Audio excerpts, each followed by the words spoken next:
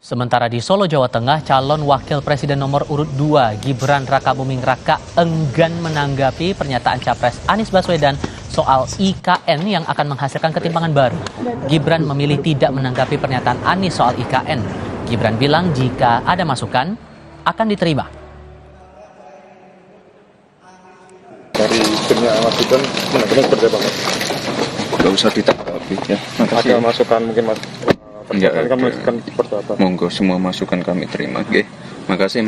Yuk, aku tak mangkat saya. Kalau bilang ketimpangan, Makasih. Nanti ya.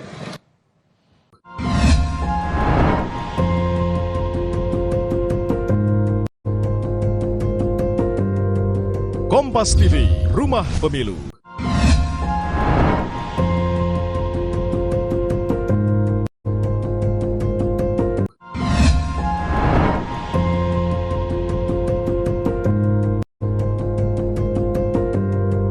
Kompas TV, Rumah Pemilu.